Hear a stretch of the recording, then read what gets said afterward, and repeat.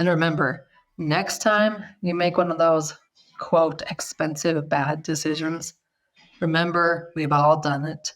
We've all been there, even the big dogs. The ones who are multi-million-dollar corporations. They do it too. I love me some sports. I've always been a sports girl, but when you go to chiropractic school, you kind of lose all of your time. So I really got out of sports then, but I like to pay attention to sports. And the reason why is because I like to see people achieve their dreams. It means if they can, I can. If I see somebody win the World Series, and my favorite thing to watch is their celebrations, because they achieved their dreams. They worked hard and they did it and they achieved them. It's proof that your dreams can be achieved. Now, the other fun part about sports is to see when business decisions go wrong.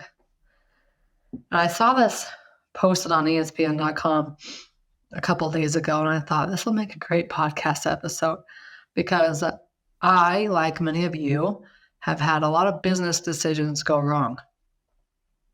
I, at one point, did 6 webinars, and all those webinars were professionally recorded in a studio. I stood there and recorded them. And then those webinars sold a course, because that was the thing, was everybody wanted to make money in their sleep, right? And the courses were the way to do it. So each one led to a course. And then it all failed. I even had professional websites built with copy on it. I mean, I did all the things. I spent, I don't know, it's ridiculous, $50,000 at least on those 6 things. And they brought in maybe $2,000 total. Tried some Facebook ads, ran it, nothing. So when I say we all have had those bad business decisions, I don't know if they're necessarily bad. I should reframe that. Those business decisions in which we had to learn hard lessons from. And those hard lessons as a CEO typically cost money. Well, in this article, it was no different. Texas A&M had just fired their coach, their football coach, who they had paid. They had to buy out his contract at some other school. $76 million contract buyout, and then they fired him because, they weren't winning. So I started scrolling through this article, and I discover that in 2023, he gets fired, and because of his contract, the university has to pay him $7.2 million every single year until 2031. Talk about a business deal go wrong. Texas A&M has to pay a coach who's not even coaching their school anymore, $7.2 million every year for the next 8 years. And this is right out of the article. There is no offset or mitigation on these payments, and the annual payments start 120 days after termination. So let's see. Jimbo Fisher's lawyer, who created that contract, was brilliant.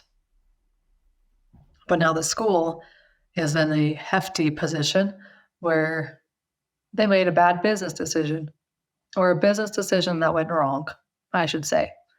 Because I followed college football. That's a pretty good coach right there. He's got history. He's got followings. He's turned programs around before in the past. Why not there? What happened? What went wrong? Doesn't really matter. What matters is that no matter who you are, no matter what decisions you're making, somebody else has made decisions too.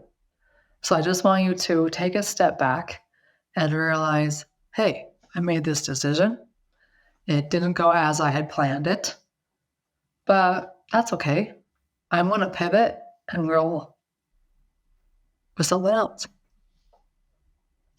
Not only did I try those webinars and I spent what I would think was a lot of money, but $7.2 million is way different. And that's on an annual contract. I've tried launching so many things, and I've had to pivot many of them. I've launched, if you were following me back in, I don't know, 21 and 22, was literally creating a new business right before practitioners' eyes because I had the patient side of things rolling, and then I had a whole bunch of practitioners come in and want me to teach them how to do the business side and the clinical side. So I was trying to create programs as I went. And I had one key staple program that when they would finish their 90 days, it was like, okay, now what's next? And I saw the need for some major money mindset upgrades. I mean, I had a huge journey in this myself, which is why I can basically talk about any number and not bat an eye. Whether it be $2, $2 million, $200 million, it's a number. And it's achievable no matter what the number is. So I could see that in my colleagues that I really wanted it for them. I mean, I wanted them to be able to talk about numbers and ask for money and have those conversations and make it easy. But they didn't see that. They didn't see the value in that kind of program. So we had done a few calls and I had launched it out and I tweaked it all and I tweaked and tweaked and tweaked and tweaked and finally I just pulled the plug. That's not a program that's going to work. It's not going to resonate with very many people. So we tried pivoting many times and then we just realized, okay, let's not worry about this one. And I think for me, at that time, when I was trying to launch a 12-month program, I had never had success with 12-month programs. And I wonder if it was because subconsciously I didn't want to actually fulfill them. I didn't want to be locked into something for 12 months because I want my schedule to be flexible, heavier in the school months and lighter in the summer months. So I think that played a role in it. Number two, in this particular program, it was just more of me again. And I hadn't stepped up into that me who I am now. Let's just say that. So how could I be the leader if I wasn't above them? So if you're going to lead somebody and you're going to invite somebody into your world and to work with you, you need to be a few steps ahead. I don't want to just say one step. I want to say a few steps. Because as I've found mentors and I've worked with people and they've come and gone in my life, I've realized that I'm a fast action taker. I would much rather take messy action than delayed action. I would much rather make a decision than fall culprit to indecision. And so I've passed up my mentors quite quickly along the way. So now I'm very conscious that when I hire somebody, and especially a mentor, that they are of the same pace that I am, if not faster. I remember I joined this one mastermind back in 2020. I'm still in it, but they put me into this cohort, this small group of us. They had the big mastermind and then they had separate group entities, and they put you in these groups based upon how long you've been in the business and what you did. So I got put in this group of fellow practitioners like you and I, who had just barely started their business or just in within the 5 years. And I couldn't be very active in that group because the way that the others in there were just so slow on decision making. They were so slow in their action taking that it drove me crazy. Fast forward 3 years, and I would bet I've made more money in a month than they have in the last 3 years. Because of two things. One, I'm willing to take messy action. I'm willing to pivot when I need to pivot. I'm willing to fail and learn what I need to learn. And two, I'm willing to take the risks. I say risks plural because like Texas A&M took this risk and they bought this coach out of his other contract, got him into this huge lengthy contract thinking that it's going to save their football program and revitalize their economy, and to have to pivot and to hire a new coach. We'll fire the old coach, hire a new coach. And I think did they do this in the middle of the season? Because football season is still on. Yeah, and it's not just this one time. So next time you feel like you made a bad business decision, or better yet, you made a business decision that cost you money and you had to learn hard lessons. Texas A&M did it. In October 2022, Auburn did it. They fired their coach and lost $15.5 million. Nebraska fired their coach in September of 22 and lost $15 million. That same month, Georgia Tech fired their coach and lost $11.4 million. Wisconsin fired their coach in October of 2022, as well as Colorado. And between the two of them, they lost just shy of $20 million.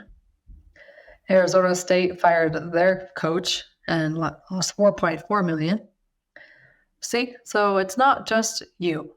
It's not just me. It's all of us. As CEOs, we have to learn some hard lessons, and we have to learn them from a financial perspective as well. But as I like to remind myself, that money is currency. And when you understand the current of money, I'm going to keep the current going. I'm going to have money coming in and money coming out. And it's just going to be that current. So when you get stuck in that hard lesson to learn, pivot. When you've pivoted so many times, like I had to do with this, what did I call it? Magic Money Mastermind. Because it was going to be about money mindset, thinking that I had the tricks, I had the entity, I had what they wanted, because I had learned it from it myself and I had struggled with it myself. I mean, I remember the first time I had to ask somebody for money. In fact, here's the first sales conversation I ever had to do. It was awful. And you'll laugh. And it was with a family member, to make it even worse. I have since learned on a few different occasions to not work with family members. But this one, I sat down and I said, okay, I think we're going to be able to do this after some very lengthy report of findings, because that's what we're told. To have initial consultations and then report of findings, and then, hope and pray that they get into your program after that. I sat down and I mapped out our plan with her, and I said, okay, now I think we can do this in 6 months and only for $3,000. Now the person up the street is doing it for $3,500. Isn't that a little bit ridiculous? Like, I literally compared myself to what somebody else was doing, whether it was true or not. And therefore my results were going to be, better, I think. I remember there was this lab test I wanted to do, and I don't even remember what it was, but it was ridiculously expensive. Even now, I think it was ridiculously expensive for a lab test. And it was so new to her. But the price tag was just not right either. And it was me not being in my power. It was me questioning everything, including my price tag. Do I question my price tags now? Nope, I don't. What I do is, if I'm willing to exchange the kind of energy inside my programs that are required, then I want this in return. And I don't compare mine to another person's. I've even had some people email me and be like irritated at that. They could get this at FDN, or they could get this at so-and-so's, and they could get this, and my program's more, and it doesn't include that much. I don't care. You're not ready for my world yet, if that's the way you think. When you're ready for my world, I'll be here. My train might be faster, might be a little bit harder to get on, might cost a little more money in a year or 2 or 3 or 5. In fact, it probably will. So if you're thinking about getting on my train, get on my train. Enter my world and come see the magic that happens on the inside. And remember, next time you make one of those, quote, expensive, bad decisions, remember, we've all done it. We've all been there, even the big dogs. The ones who are multi-million-dollar corporations. They do it too. That's a wrap for today.